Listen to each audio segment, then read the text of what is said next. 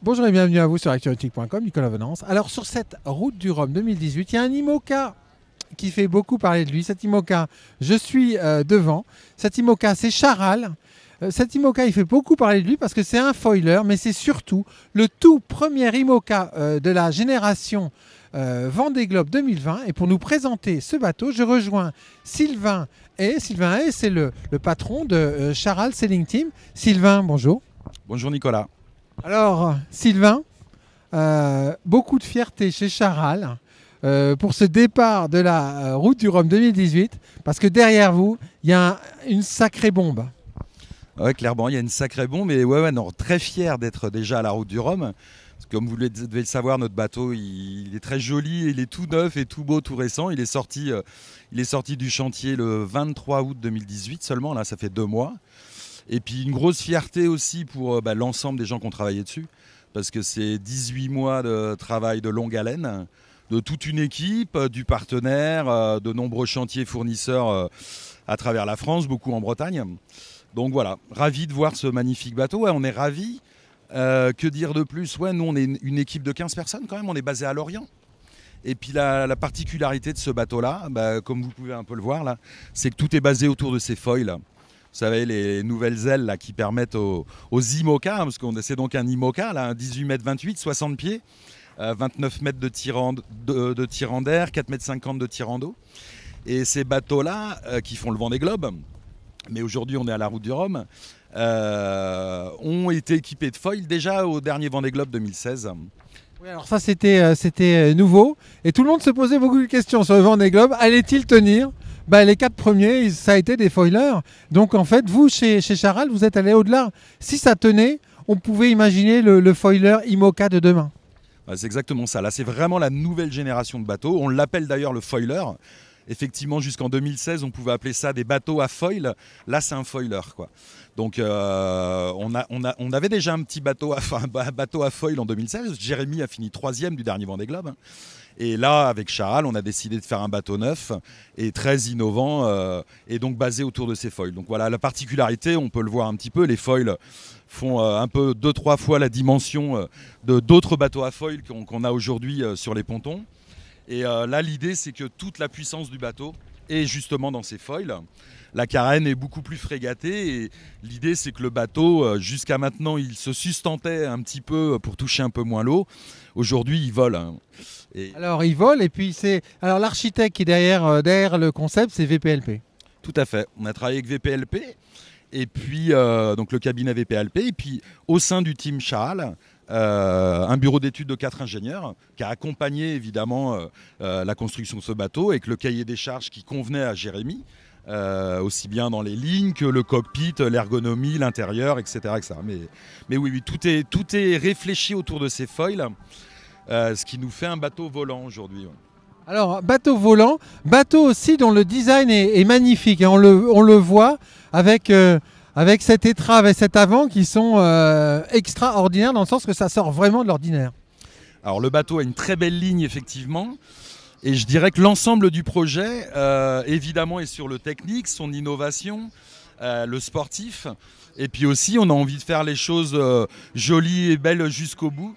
Donc on a travaillé avec un designer, je le nomme d'ailleurs parce que tout le monde nous parle de ce magnifique bateau, Nicolas Gilles, et c'est vrai que ce bateau aujourd'hui fait sensation parce qu'il reprend les lignes des valeurs de Charal, du vivon fort, et avec le beau taureau à l'étrave comme ça, en mode miroir là. Et c'est vrai que quand il fend les vagues, c'est vraiment un magnifique bateau effectivement. Alors on va maintenant se diriger vers le cockpit pour vous proposer, chers auditeurs, de découvrir en direct ce cockpit. Je vais monter à bord. Je passe devant, je prends le micro.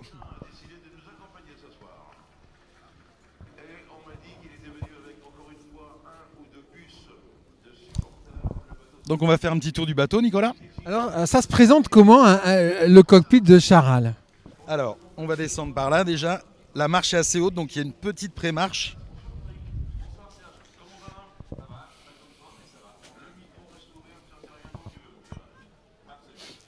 Donc là on est dans le cockpit de Charal, l'endroit où Jérémy va passer la plupart de son temps, et que tout a été conçu comme ça justement. L'idée, c'est qu'il ait un peu tous les outils de navigation et de réglage de son bateau. Donc sans rentrer dans une grande technicité, ici on a évidemment tous les bouts du bateau qui permettent à Jérémy de régler aussi bien les voiles que ses foils, et j'en passe et des meilleurs, à l'aide de ses winches et de sa colonne. Et puis l'intérêt aussi était que tous les répétiteurs sont là pour lui donner toutes les données qui concernent le bateau, le vent, la vitesse, etc. etc.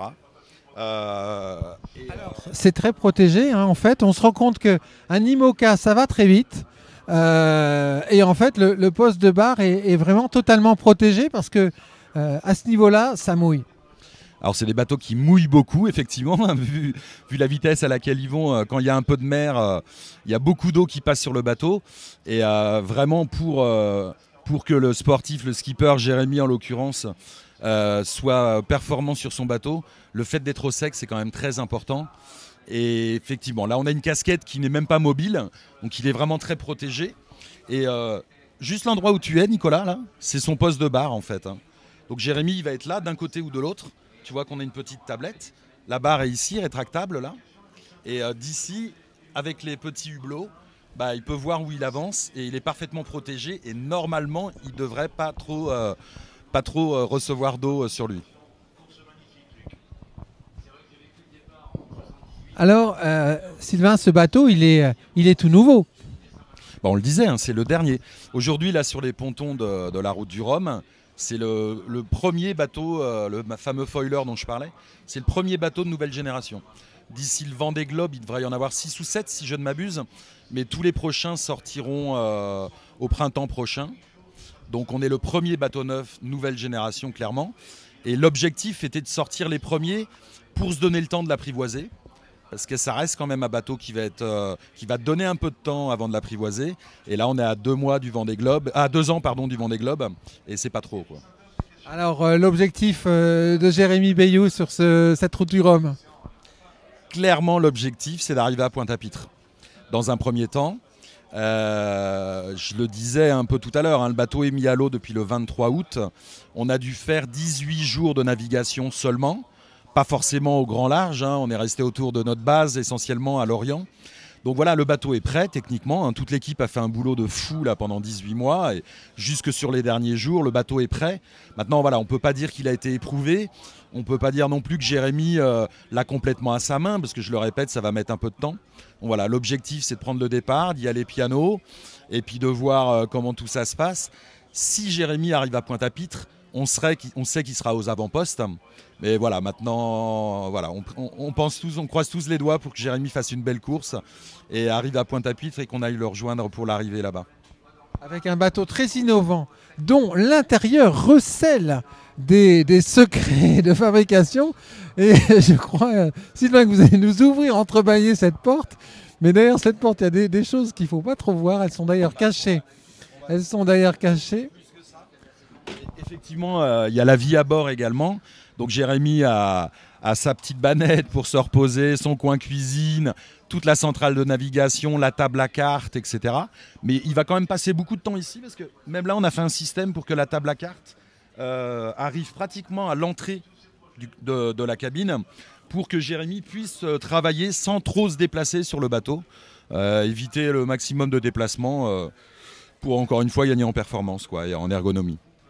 Merci beaucoup Sylvain pour cette visite privée de l'IMOCA 60 de Jérémy Bayou. Merci à toi Nicolas et à très vite à Pointe-à-Pitre peut-être. On croise les doigts pour que Jérémy fasse une belle course à bord de ce bateau extrêmement innovant. Et c'est sur les images de ce cockpit extrêmement protégé de Charal, le tout nouvel IMOCA 60 de Jérémy Bayou que je vais vous quitter. À très bientôt sur actunautique.com.